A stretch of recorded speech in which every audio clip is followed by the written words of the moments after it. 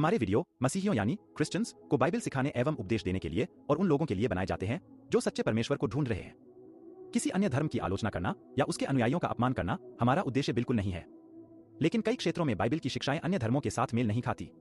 इसलिए अगर किसी को बाइबल की शिक्षाओं से ठेस पहुंचती हो तो कृपया हमारे वीडियो न देखें। प्रभु आपको आशीष दे। Our videos are made to teach and preach the Bible to Christians and to those who are seeking the true God. It is not our intention to criticize or insult any other religion or its followers. But there are many areas in which the teachings of the Bible do not match with those of other religions. So if anyone is offended by the teachings of the Bible, please do not watch our videos. God bless you. दूसरा कुरिन्थियों 4:17 हमारा हल्का सा क्लेश हमारे लिए अनंत महिमा उत्पन्न करता है। हल्का सा क्लेश। कविता ने आज जो आरंभ में वचन हमें दिया दूसरा कुरिन्थियों 4:17, याद रखिए विश्वास में चलते समय आप लोग परेशानियों का सामना करेंगे, आप लोग दुखों का सामना करेंगे, लेकिन आपको दुख और परेशानी को देखकर विश्वास में चलना छोड़ नहीं देना, क्योंकि इस जीवन में जो दर्द और तकलीफ यीशु के लिए आप उठाओगे, बाइबल उसे कहते हैं वो हल्का सा क्लेश है। बाजू वाले को बोलो हल्का सा क्लेश। यस, ये हल्का सा क्लेश क्यों परमेश्वर हमारे जीवन में आने देता है? क्योंकि इस क्लेश समस्या के द्वारा परमेश्वर हमारे अंदर से उन चीजों को बाहर निकालता है जो परमेश्वर की नजर में ठीक नहीं है। कल हम लोग एक महत्वपूर्ण बाइबल स्टडी में हमने हिस्सा लिया। बैंड्रा में एक प्रभु के सेवक आए थे और वो हमको यही सिखा रहे थे कि यीशु मसीह के आने के पहले कलीसिया सताव से, क्लेश से जाएगी। क्यों जाएगी? इसका मकसद क्या है? ताकि हम यीशु मसीह की परिपूर्णता तक पहुंचे। आप लोग साथ में हैं मेरे? यीशु मसीह की परिपूर्णता तक पहुंचने के लिए हम सबको बदलना होगा। हम विश्वास में तो आ गए, हमने उद्धार तो पा लिया, बट अगर हम बदलने को तैयार नहीं है, हम अपने पुराने जीवन को छोड़ने को तैयार नहीं है, तो क्लेश आएगा। क्लेश, समस्याएं आएंगी आपको सिद्ध बनाने के लिए। सो पॉल कहता है यह हल्का सा क्लेश सह लो, क्योंकि जब तुम इस क्लेश से जाओगे तो फिर आगे आपके लिए अनंत महिमा आपका इंतजार कर रहा है। अभी आगे जाकर सुख से जीना है तो पहला थोड़ा तकलीफ अभी उठाना पड़ेगा। Hallelujah, hallelujah. आप सब जानते हैं मुंबई में इन दिनों घर लेना बहुत मुश्किल है। मैं ये नहीं बोल रहा हूं कि असंभव है, मुश्किल है। हमारे माता पिता ने जब घर लिया तो उन्होंने बहुत सारी तकलीफों का सामना किया। आज वो नहीं है। उनकी तकलीफ के कारण जो घर उन्होंने बनाया, आज वो घर बच्चों को मिल रहा है। क्या बच्चों ने घर के लिए तकलीफ उठाया? नहीं। किसने उठाया? लेकिन उनकी तकलीफ के कारण आज फायदा किसको हुआ? सो आज अगर आप तकलीफ उठाओगे तो आगे जो अनंत जीवन है, ये जीवन नहीं, पृथ्वी का जीवन नहीं, पृथ्वी का जीवन का अंत है। 60 साल, 70 साल, 80 साल, 90 साल के बाद ये दुनिया छोड़कर जाना है। उसके बाद क्या? अगर आप अनंत काल में सुख और शांति से रहना चाहते हैं तो आपको प्रभु के लिए दुख उठाना चाहिए। दुख और तकलीफ आते हैं, इसके लिए चर्च आना छोड़ना नहीं है, प्रार्थना करना छोड़ना नहीं है, संगति से दूर नहीं जाना है, विश्वास में चलते रहना है। आज मैं आपको बताऊंगा अब्राहम के बारे में। बाइबल में परमेश्वर अपने आप को अब्राहम का परमेश्वर कहते हैं। अब्राहम, इसहाक और याकूब। तो आप देखो परमेश्वर ने क्यों खुद को अब्राहम, याकूब और इसहाक का परमेश्वर कहा। आइए हम अपने स्वरों को झुकाए। इस समय आप लोग तैयार है? बाइबल साथ में लेकर आए हैं? किसी को नींद तो नहीं आ रही है? हाँ, सभी लोग सतर्क रहेंगे, जागे हुए रहेंगे। हालेलुया। सो हमारे ऑनलाइन दर्शकों का भी हम स्वागत करते हैं। जितने लोग हमें ऑनलाइन देख रहे हैं, कृपया अपनी बाइबल, पेन और बुक लेकर तैयार रहे। आप सभी लोग बाइबल लेकर आए, ऐसा हम विश्वास करते हैं। तो जैसा मैंने आपको बताया, बाइबल में लिखा है परमेश्वर ने खुद को अब्राहम, इसहाक और याकूब का परमेश्वर कहा है। पिछली बार मैंने आपको बताया था, हम बाइबल स्टडी को कंटिन्यू कर रहे हैं। आज अगले संडे मदर्स डे है। कितनी माताएं यहाँ पर है? सो हमारी कलीसिया मदर्स डे को मनाने वाली है। कुछ लोग गांव जा रहे हैं क्योंकि मई का महीना है, गर्मियों की छुट्टी है। लेकिन जो लोग मुंबई में हैं वो घर पे ना रहे। नेक्स्ट संडे हम मदर्स डे सेलिब्रेट करेंगे। और माओं की कितनी एक अहम भूमिका है परिवार के लिए, हम उसके बारे में भी सीखने वाले हैं। हमने देखा पिछली बार हनोक परमेश्वर के साथ चला और कैसे परमेश्वर ने हनोक के जीवन को जो है हनोक को उठा लिया, और ठीक वैसे ही कलीसिया भी जो है उठा ली जाएगी। हमने नूह के बारे में देखा कि प्रभु यीशु मसीह का आना नूह के दिनों के समान ही होगा, जब लोग खाते पीते रहेंगे और ब्याह करते रहेंगे, शादी करेंगे, पार्टियां करेंगे, घूमने निकलेंगे, और उन्हें कोई अंदाजा नहीं होगा कि कब बाढ़, जब नोहा के ज़माने में आई और बाढ़ ने सबको अपने साथ बहा ले गया और सारे संसार का नाश हुआ। आप जानते हैं केवल 8 लोग, नूह और उसका परिवार जो है उस बाढ़ में बच गए, क्योंकि उन्होंने परमेश्वर की आवाज़ को सुना, परमेश्वर की बातें उन्होंने सुनी। हम देखते हैं कि नूह का जो वंशज है शेम से हम देखते हैं कि जो विश्वास की विरासत है वो 13 तक पहुंची। 13 कौन है? 13 अब्राहम का पिता है। और हम देखते हैं कि 13 को 3 बच्चे हुए, ओके, उसमें अब्राहम एक था। और हम देखते हैं कि अब्राहम जो है उसे परमेश्वर ने चुना। एक व्यक्ति के द्वारा परमेश्वर ने एक राष्ट्र को उत्पन्न किया। हम देखते हैं प्रेरित के काम 7 अध्याय 2 और 4 में, हमारे पास टाइम नहीं है हम हर एक वचन को देखेंगे, लेकिन यहाँ पर लिखा है ओके कि हमारा पिता अब्राहम हरान में बसने से पहले मेसोपोटामिया में था, जो तेजोमय परमेश्वर ने उसे दर्शन दिया और उसने कहा कि तू अपना देश, अपना कुटुंब उसे छोड़कर उस देश में चला जा जो मैं तुझे दिखाऊंगा। तब वह कसदियों के देश से निकलकर हरान में जा बसा, और उसके पिता के मृत्यु के बाद परमेश्वर ने वहां से उसे इस देश में लाकर बसाया जिसमें अब तुम बसे हो। सो हम देखते हैं कि इजराइल जो है वो प्रतिज्ञा की भूमि में बसा। प्रतिज्ञा की भूमि जो है उसे देने का वादा परमेश्वर ने सबसे पहले अब्राहम से किया था। और हम देखते हैं कि अब्राहम जो है इजराइल उसे अपना जो है पिता मानता है। इजराइल राष्ट्र की उत्पत्ति अब्राहम से हुई। और दूसरी बुलाहट हम देखते हैं, दूसरी बार परमेश्वर ने अब्राहम को उत्पत्ति 12 में बुलाया। सो मैं चाहता हूं हम इस वचन को जरूर पढ़ेंगे। उत्पत्ति 12 अध्याय को सभी लोग निकाले जल्दी से, और उत्पत्ति 12 अध्याय हम पहले 4 वचनों को पढ़ेंगे जल्दी से। उत्पत्ति 12 अध्याय, जैसा कि हमें कविता ने उत्साहित किया 2 कुरिन्थियों 4:17 से, कि भले ही विश्वास में चलते समय हमें नाना प्रकार की परीक्षा, क्लेश का सामना करना पड़े, लेकिन फिर भी हमें हिम्मत नहीं हारना है, हमें पीछे नहीं जाना है, हमें विश्वास से भटक नहीं जाना है, हमें पीछे कदम नहीं हटाना है। अब यीशु मसीह जब आएंगे तो कितने लोग विश्वास में चलते रहेंगे ये हम नहीं बता सकते, क्योंकि यीशु ने कहा कि उस दिन कई लोगों का विश्वास ठंडा हो जाएगा, कई लोगों का प्रेम ठंडा हो जाएगा, कई लोग धोखा खाएंगे, कई लोग विश्वास से पीछे हटेंगे। सो जैसे आप विश्वास में बढ़ रहे हो, आप देखोगे कि जो व्यक्ति आपके बगल में बैठा करता था महीनों से, हफ्तों से, वर्षों से, अचानक वो लोग गायब हो जाएंगे, वो चर्च आना छोड़ देंगे।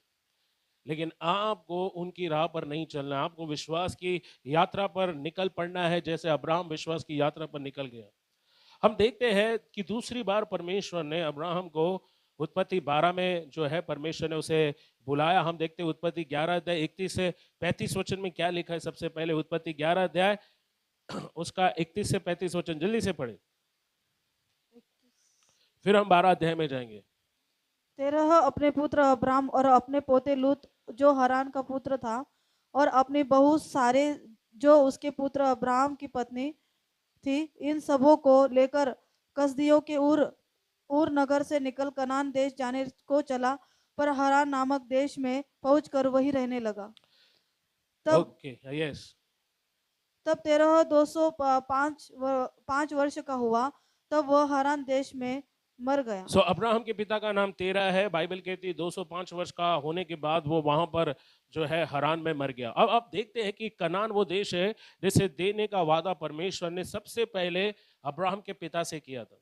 आप देखो, तेरह भी विश्वास में वो चलने लगा, लेकिन वो हरान में आकर ही रुक गया। जैसे हम विश्वास में चल रहे हैं, अक्सर हम देखते हैं कि विश्वासी लोग विश्वास में चलना छोड़ देते हैं। उसके कई कारण हैं। कई बार हम परमेश्वर की ओर देखने के बजाय मनुष्य की ओर देखते हैं। कई बार हमें छोटी छोटी बातें बुरी लगती है, लेकिन ऐसा नहीं होना चाहिए। परमेश्वर ने हमें अनंत जीवन का वारिस होने के लिए बुलाया है।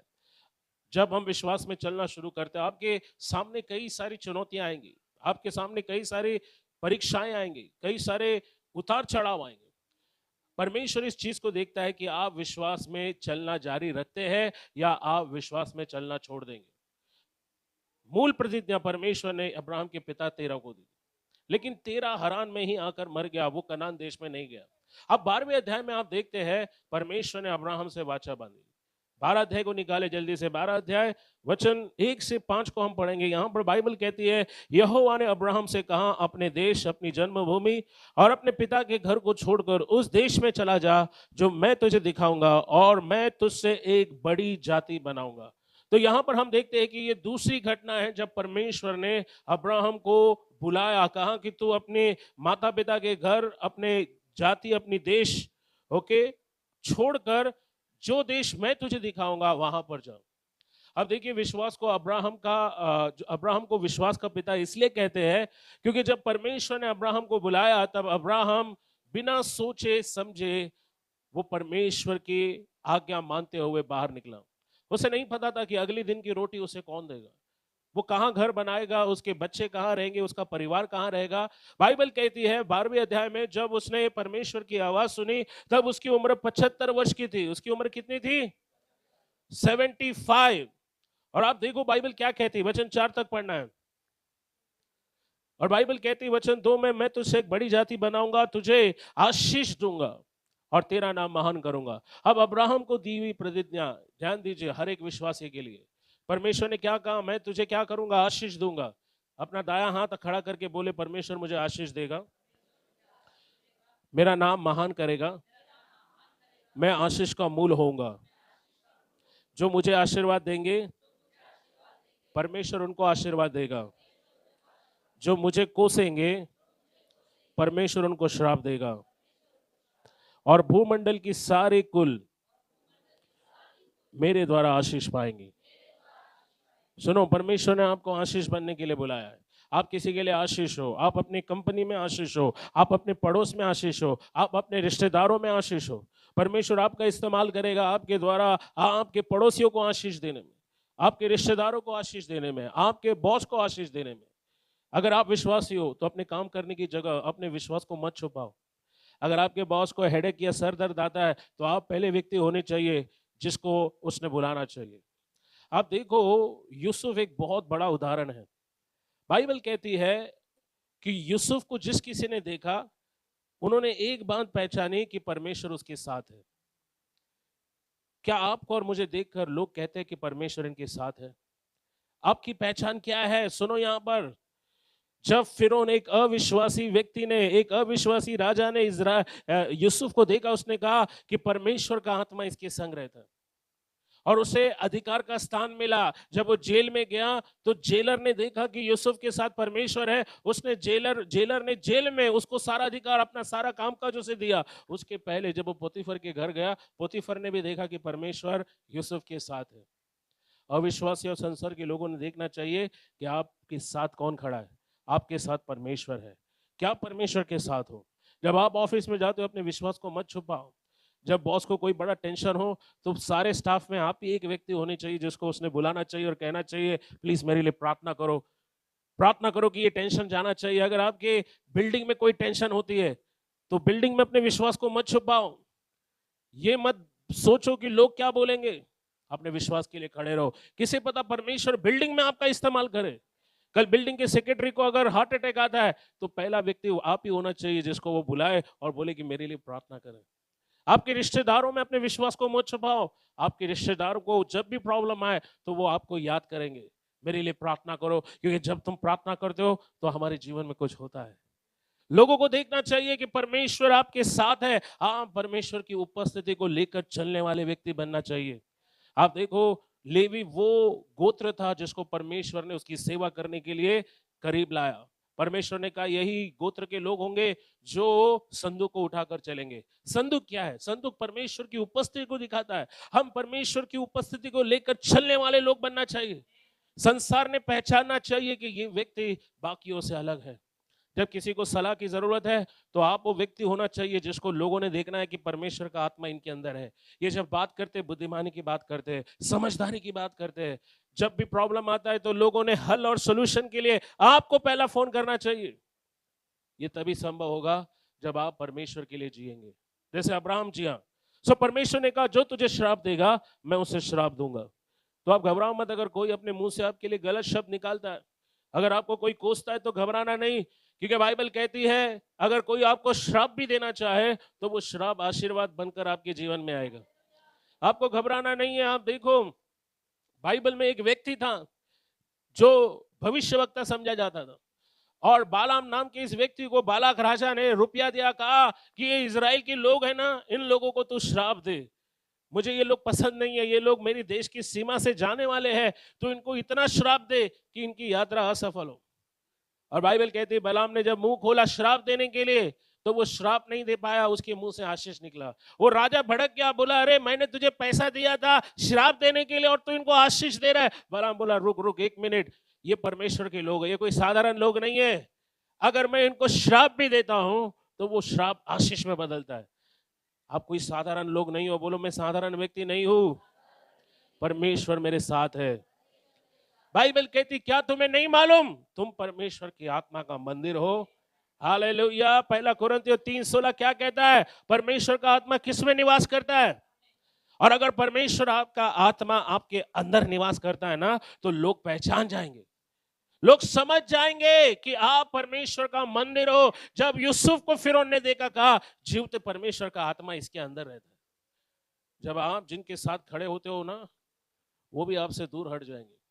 जब यीशु मसीह पतरस की नाव में आया, पतरस को एहसास हुआ, बोला प्रभु मुझसे दूर जा क्योंकि मैं पापी हूं। हालेलुया।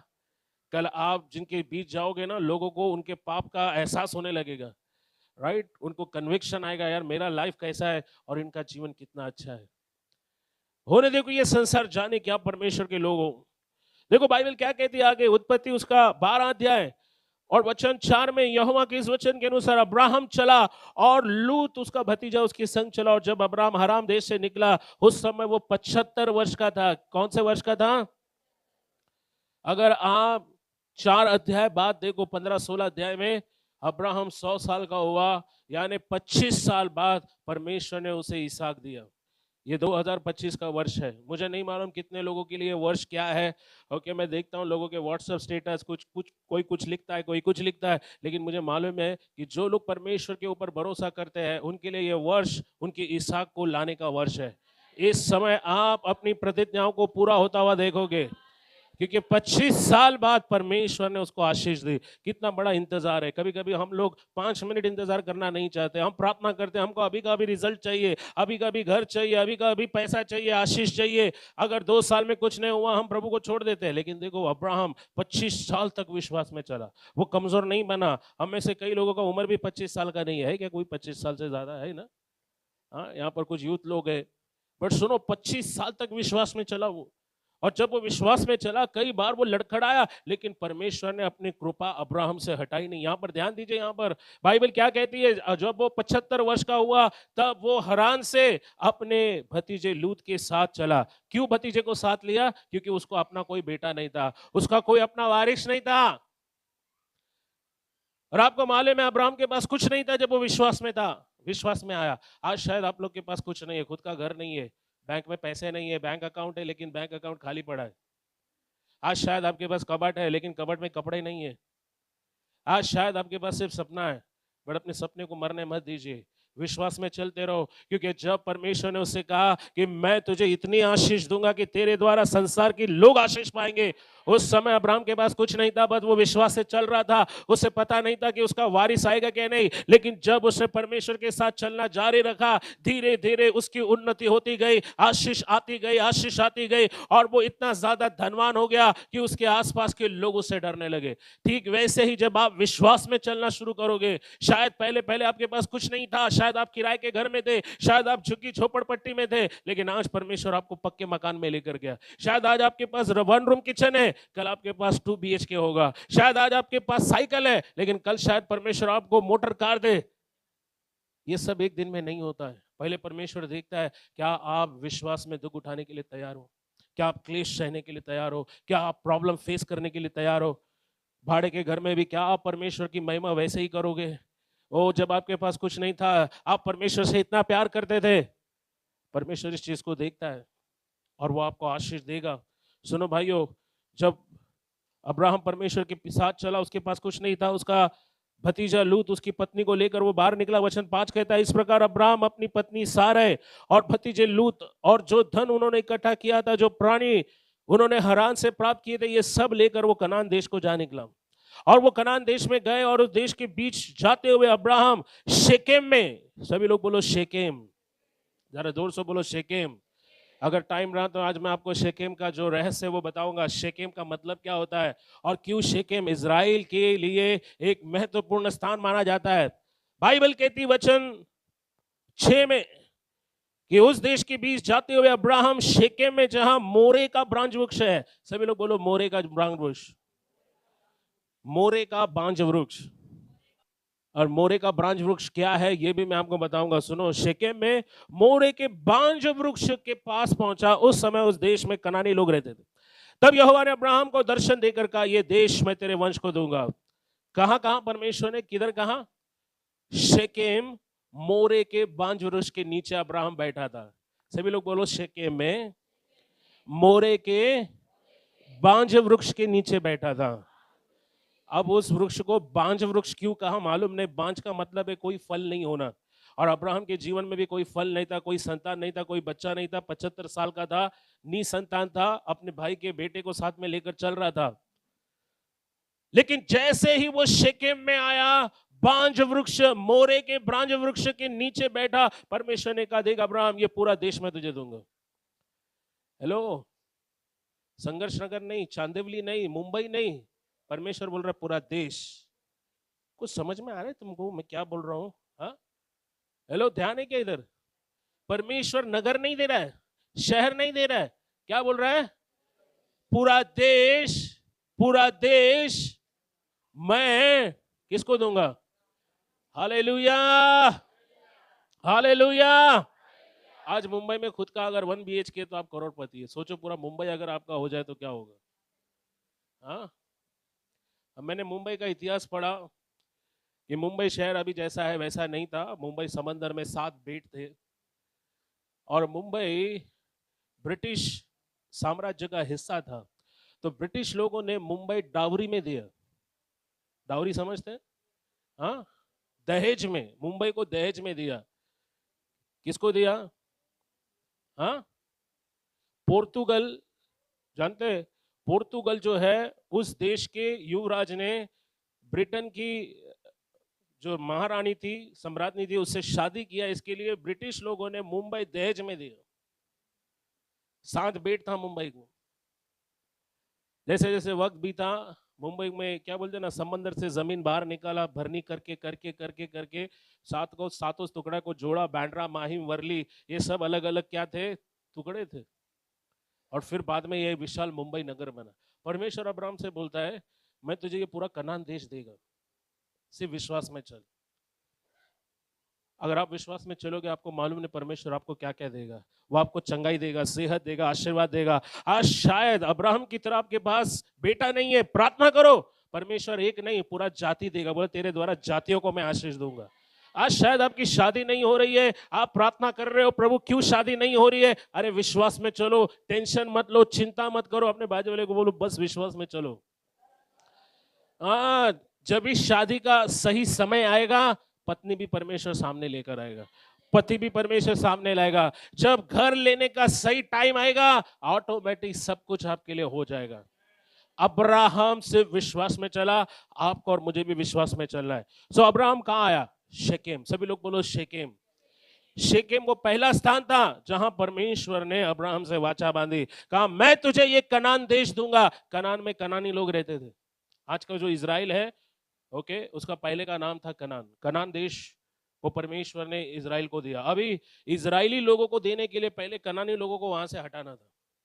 आप देखो इसी 12 अध्याय में अब्राहम ओके मिस्र जाता है। वहां अपनी पत्नी को बहन बोलता है, क्योंकि उसको डर था, उसकी पत्नी बहुत सुंदर थी। उसे डर था कि वहां के लोग उसे उसकी पत्नी की सुंदरता के कारण मार डालेंगे। इसलिए उसने अपनी पत्नी को बोला कि देख, हम लोग एक झूठ यहां बोलेंगे, किसी को मत बोलना तू मेरी पत्नी है, बोलना मेरी। और आप देखो वहां का जो राजा था, उसने सारा को अपने पास बुला लिया। बट इसके पहले कि वो सारा के साथ कुछ गलत करता, परमेश्वर ने सपने में आकर उसे डराया, बोला जिसकी बीवी तू घर में लाया है उसको अगर तू टच भी करेगा, छुएगा भी, मैं तुझे मार डालूंगा, तेरे पूरे घर को मार डालूंगा। डर गया राजा, सपने में उठ के दूसरे दिन बोला बाबा ये क्या किया मैंने। अब्राहम को बोला झूठ क्यों बोला, ये तेरी बहन है। ये तेरी बहन नहीं, ये तेरी पत्नी है, क्योंकि सपने में परमेश्वर ने मुझसे बात की और मुझे चेतावनी दी कि इसको टच किया तो तेरा पूरा घराना का मैं वाट लगाऊंगा। सोचो परमेश्वर कितना महान है, कितना प्यार करता है आपसे। अगर किसी ने आपको गलत नजर से देखा भी, परमेश्वर उसका खटिया खड़ी कर देगा। क्यों घबराते हो, किसके बच्चे हो आप? और सुनो, अब्राहम को आशीष कैसे मिली? जब सारा वापस आए, उस राजा ने बहुत सारा सोना चांदी, गाय बैल, घोड़ा गाड़ी सब उसको देके भेजा। Praise the Lord, hallelujah. चिंता मत करो, बंबई में घरों के रेट्स बढ़ रहे हैं, आपका परमेश्वर उससे भी बड़ा है। हालेलुया। कैसे देगा मुझे नहीं मालूम। आप बोलोगे प्रभु मेरी उम्र बढ़ रही है, शादी कैसे होगा? बस भरोसा रखो, विश्वास में चलो, जब सही टाइम आएगा परमेश्वर करेगा। घबराओ मत। चिंता कौन करते हैं मालूम है? जिनको विश्वास, या तो आप चिंता करोगे या तो विश्वास करोगे। आप विश्वासी और बोलेंगे अरे मेरा शादी क्यों नहीं हो रहा है, बच्चे क्यों नहीं हो रहा है, उम्र बढ़ रहा है, घर क्यों नहीं मिल रहा है। हेलो, परमेश्वर सब जानता है, बट उसका समय, बाइबल कहती है सब उपदेशक में परमेश्वर सारी बातें अपने समय में क्या करता है? सुंदर बनाता है। कहो परमेश्वर का समय, बोलो मेरा टाइम आएगा, परमेश्वर उसके टाइम में मेरे लिए सब कुछ सुंदर करेगा। हन्ना तक को निराशा से जाना पड़ा। उसकी सौतन उसको चिढ़ाती थी क्योंकि सौतन को बच्चे पर बच्चे हो रहे थे, लेकिन हन्ना को बच्चे। नेक्स्ट संडे का मैसेज मैं अभी दे रहा हूं, मदर्स डे का संदेश। हन्ना ने परमेश्वर से वाचा बांधी, अगर तू मुझे बच्चे देगा तो पहला बेटा मैं तेरी सेवा के लिए दूंगा। हाँ, कितनी माताएं जिन्होंने अपने बच्चों को प्रभु की सेवा के लिए दिया है? दिया है क्या?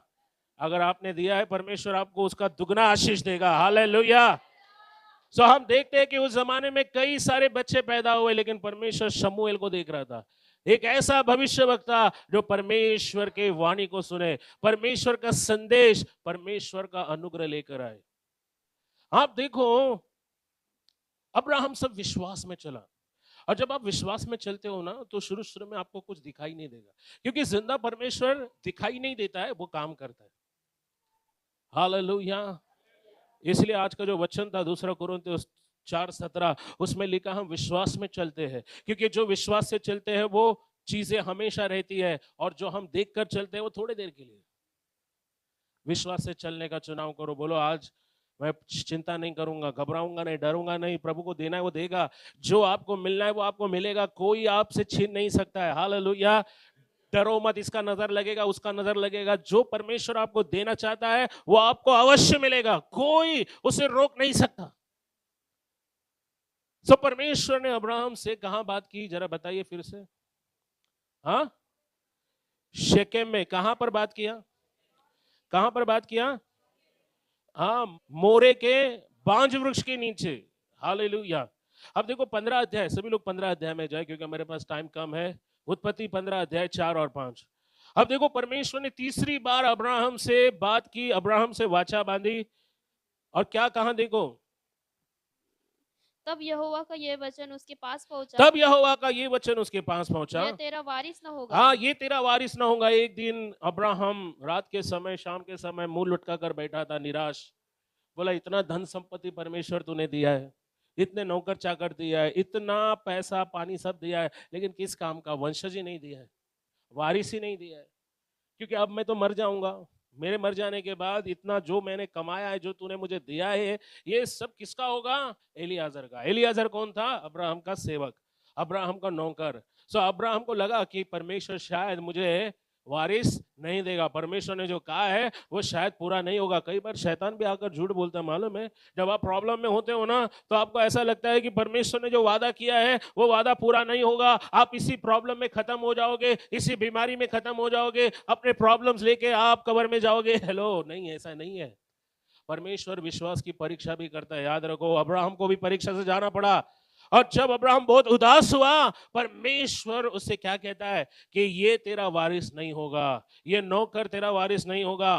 उसने कहा, उसको बाहर ले गया। देखो वचन 5 क्या कहता है, तेरा जो निज पुत्र होगा वही तेरा वारिस होगा। तेरा जो नीज यानी जो तेरे अंदर से आएगा, जो तेरा अपना होगा, वही तेरा वारिस होगा। सो जो बहनें प्रार्थना कर रही बच्चों के लिए, विश्वास करो कि परमेश्वर एक दिन आपके जीवन में ऐसा चमत्कार करेगा जैसे डॉक्टर्स, मेडिकल साइंस भी समझ नहीं पाएगी। सुनो यहां पर, परमेश्वर ने अब्राहम से जब कहा कि ये तेरा वारिस नहीं होगा, लेकिन तेरा नीच पुत्र, तेरा अपना बेटा तेरा वारिस होगा, फिर परमेश्वर ने क्या किया, और उसने उसको बाहर ले जाके कहा, बाहर ले जाकर परमेश्वर ने अब्राहम को बाहर ले गया और क्या कहा, आकाश की ओर दृष्टि करके आकाश की ओर दृष्टि कर, तारांगन को गिन, तारांगन को गिन।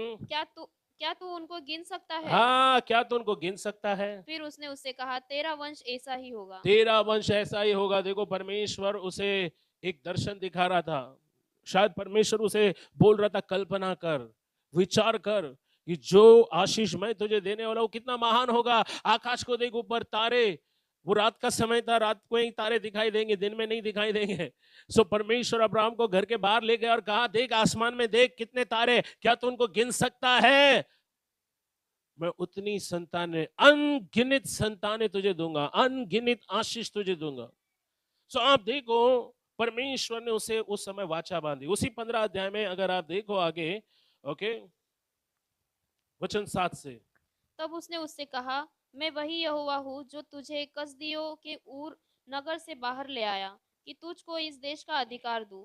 उसने कहा, हे प्रभु यहोवा, मैं कैसे जानूं कि मैं इसका अधिकारी हूँगा? हाँ, अब देखो उसकी सब मन में कई सारे सवाल थे। परमेश्वर तूने कहा ये देश मैं तुझे दूंगा, तू इस देश का अधिकारी होगा, लेकिन ये कैसे होगा? देखो वचन 9, यहोवा ने उससे कहा, मेरे लिए 3 वर्ष की एक कलोर और 3 वर्ष की एक बकरी और 3 वर्ष का एक मेंढा और एक पिंडकू और कबूतर का एक बच्चा ले। इन सबों को लेकर उसके बीच से 2 टुकड़े कर दिया और टुकड़ों को आमने सामने रखा, पर चिड़ियों के उसके टुकड़े नहीं किए। जब मांसाहारी पक्षी लोथों पर झपटे, तब अब्राहम ने उन्हें उड़ा दिया। अब देखो ये उस समय की घटना थी। परमेश्वर अब्राहम से मिलने नीचे आया। परमेश्वर ने कहा, मैं तेरे साथ वाचा बांधता हूं, मैं तुझसे शपथ खाकर कहता हूं कि ये देश मैं तुझे दूंगा, मैं तुझे आशीष दूंगा, आशीष का मूल बनाऊंगा। लेकिन अब्राहम को विश्वास नहीं हो रहा था। उसने कहा, मैं कैसे मान लूं ये होगा? तो परमेश्वर ने कहा, ठीक है, काम कर, ये सारे जानवर जो मैंने तुझसे कहा,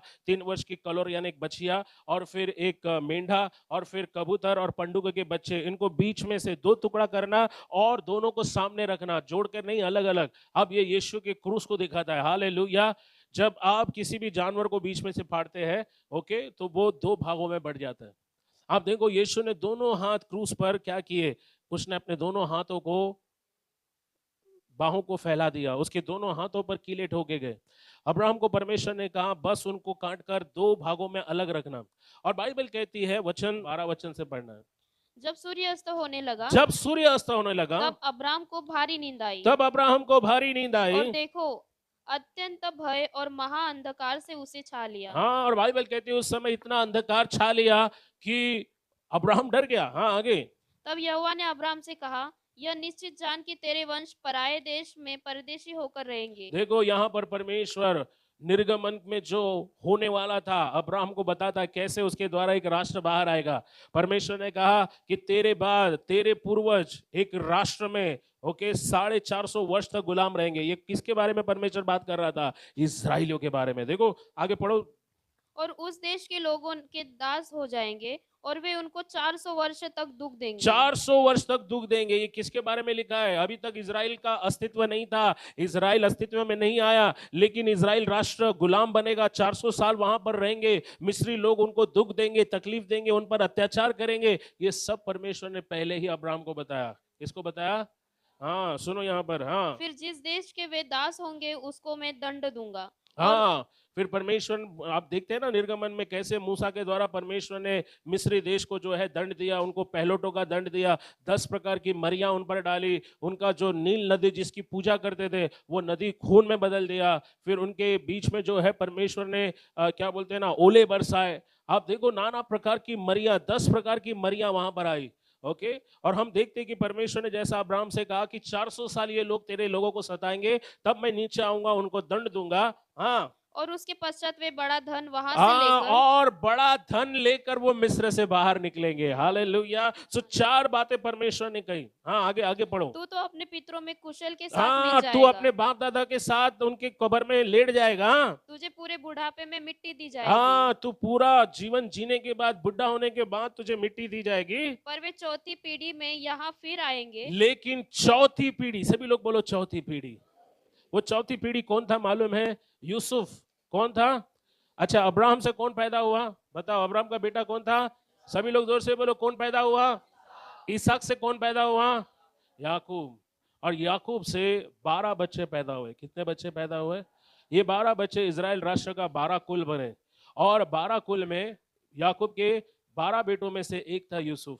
यूसुफ मिस्र में गया सबसे पहले, और मिस्र में जाते समय उसने लोगों से कहा था, जब मैं मर जाऊंगा मेरी हड्डियां भी तुम यहां से बाहर लेकर जाना, उन हड्डियों को मिस्र में मत दफनाना।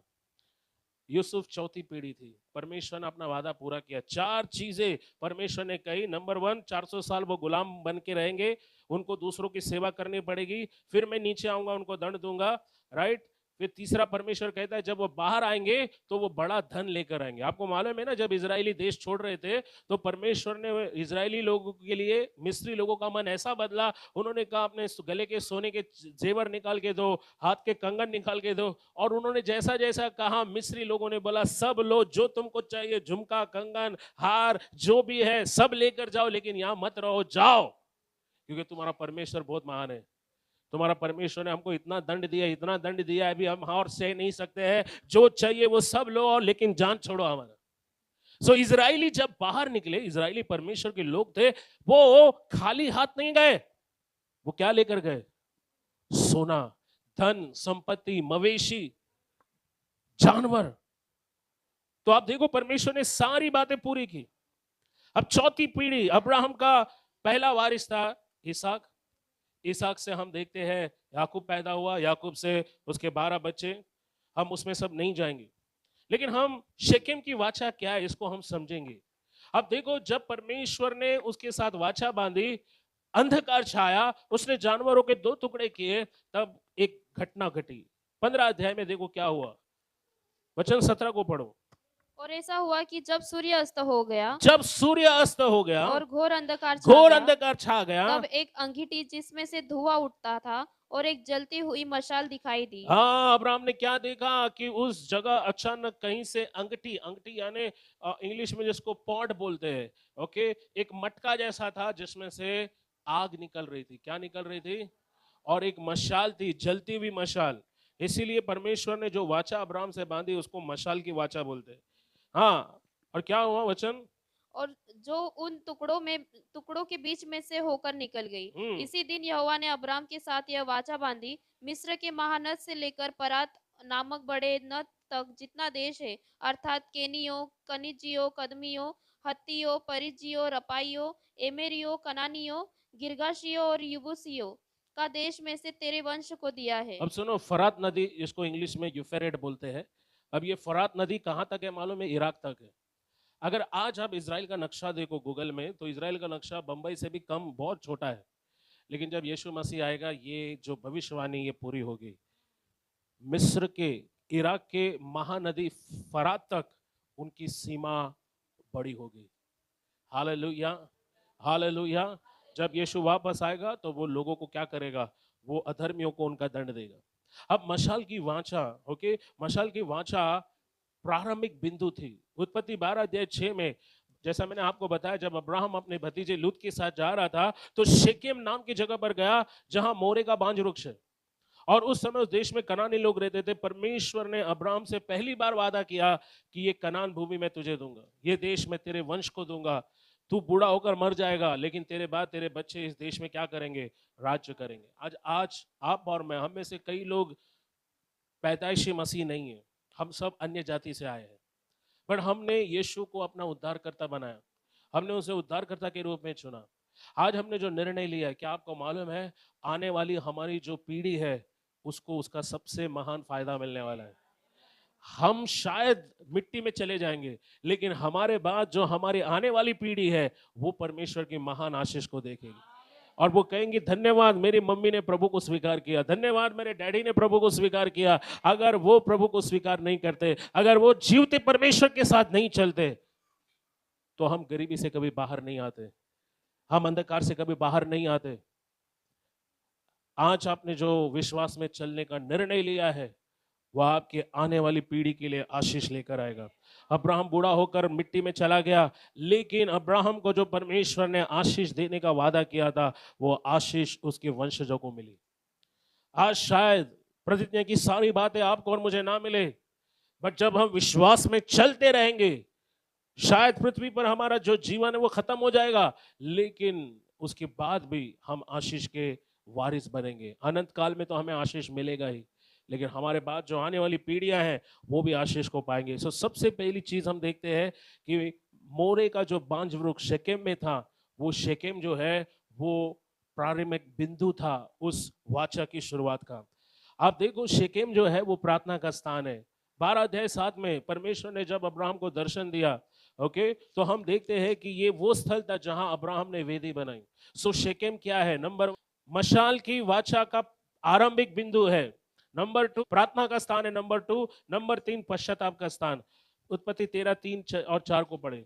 फिर वह दक्षिण देश से चलकर बेतेल के पास उसी स्थान को पहुंचा जहां पहले उसने अपना तंबू खड़ा किया था, जो बेतेल और के बीच में है। यह स्थान उस वेदी का है जिसे उसने पहले बनाई थी, और वहां अब्राहम ने फिर यहोवा से प्रार्थना की। वहां अब्राहम ने यहोवा से फिर प्रार्थना की। क्यों की? सुनो, यहाँ पर 12वें अध्याय में उसने गलती की। परमेश्वर ने उसको बोला था कि कनान में ही रहना, कनान को मत छोड़ना, ये देश मैं तुझे दूंगा, इसी देश में मैं तुझे आशीष दूंगा। बट वहां पर अकाल आया। क्या आया? तो अकाल के डर से अपने परिवार को बचाने के लिए अब्राहम अपनी पत्नी के साथ कहाँ गया? मिस्र। और आपको मालूम है क्या हुआ? वहां उसको झूठ बोलना पड़ा कि ये मेरी पत्नी नहीं, मेरी कौन है? बहन है। और फिर वहां के राजा ने उसको अपने घर लेकर गया। तो हम देखते हैं कि शेकेम छोड़ने के बाद उसे एहसास हुआ कि मैंने गलती की। इसलिए हम देखते हैं कि ये जो शेकेम है ना, ये प्रार्थना का स्थल है और पश्चाताप करने का भी स्थान है। क्या है? हाँ, पश्चाताप करते हुए अब्राहम शेकेम को लौट आया और उसने यहोवा से प्रार्थना की।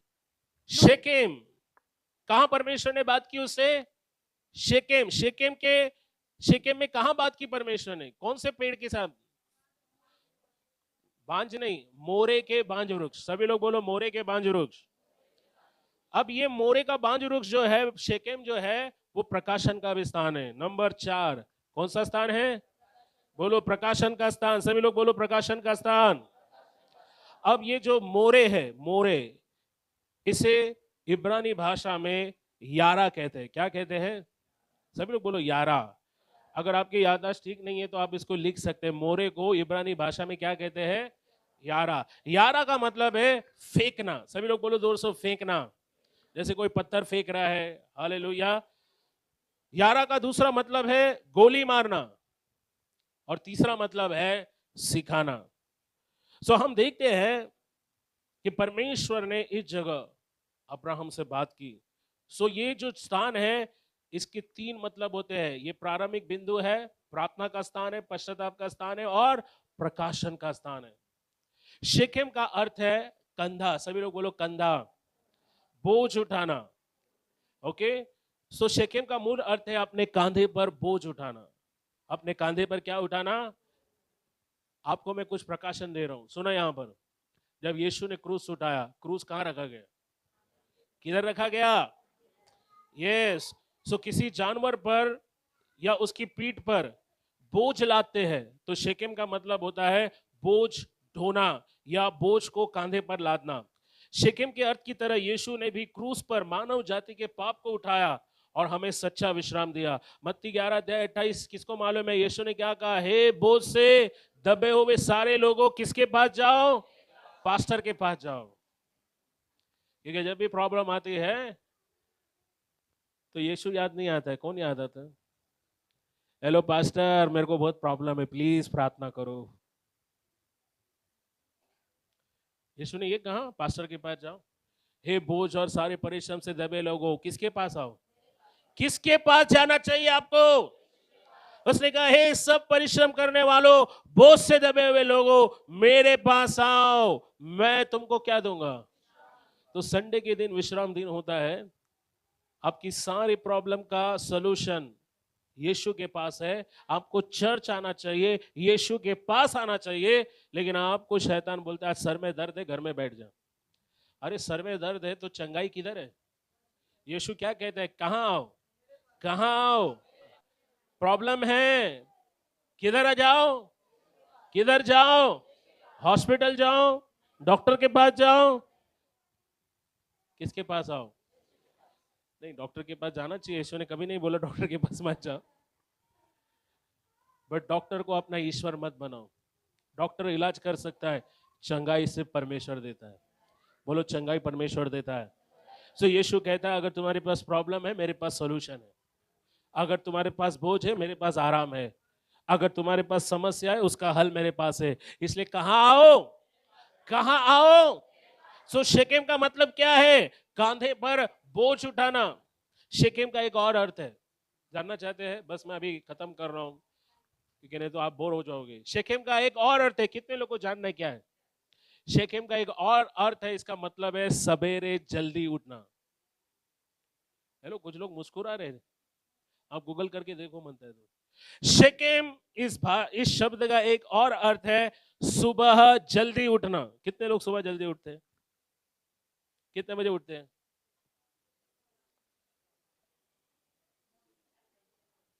आपको मालूम है यीशु मसीह तीसरे दिन सवेरे जल्दी उठा और कब्र से बाहर आया। यीशु मसीह सवेरे जल्दी उठा तीसरे दिन, क्योंकि सुबह भोर को मरियम मगदलिनी और दूसरी एक मरियम कब्र पे कभी गई? शाम को गई। बाइबल क्या बोलती है? सुबह नहीं, भोर को। भोर का मतलब जानते हैं कितना? हाँ, पहाटे। मराठी में पहाटे होता है, हिंदी में क्या बोलते हैं उसको? भोर। भोर मतलब 4 से 5 बजे का टाइम सुबह का। तो यीशु मसीह शकेम का मतलब है सुबह। तो यीशु मसीह भी मृत्यु से क्या हुआ? तीसरे दिन सुबह जल्दी उठा और सभी मानव जाति के लिए आशा की ज्योति प्रज्वलित की। मत्ती 28:1 सप्ताह के दिन, ओके, हम देखते हैं पहले दिन, सबके दिन के बाद सप्ताह के पहले दिन पौ फटते ही, पौ फटना मतलब जब सूरज की पहली रोशनी आती है तो उसको बोलते हैं पौ फटना। मरियम मगदलिनी और दूसरी मरियम कब्र को देखने गई। यूहन्ना 20:1 में भी यही लिखा है, भोर को अंधेरा रहते ही वो कब्र पे गई। ये छोटी छोटी बातें बहुत मायने रखती है। इसलिए शेकेम का मूल अर्थ, जहां यूसुफ को दफनाया गया था, यीशु मसीह के क्रूस पर चढ़ने, पुनरुत्थान के एक गहरे मुक्तिदायी इतिहास को दिखाता है।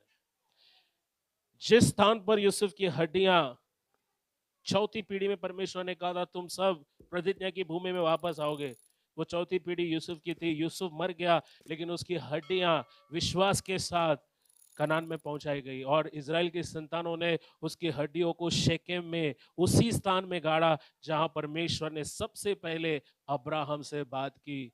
कौन से पेड़ के नीचे? तो जब भी कोई मोरे मिला ना, अब्राहम को याद रखना। लेट्स ऑल स्टैंड, आइए हम खड़े हो जाए।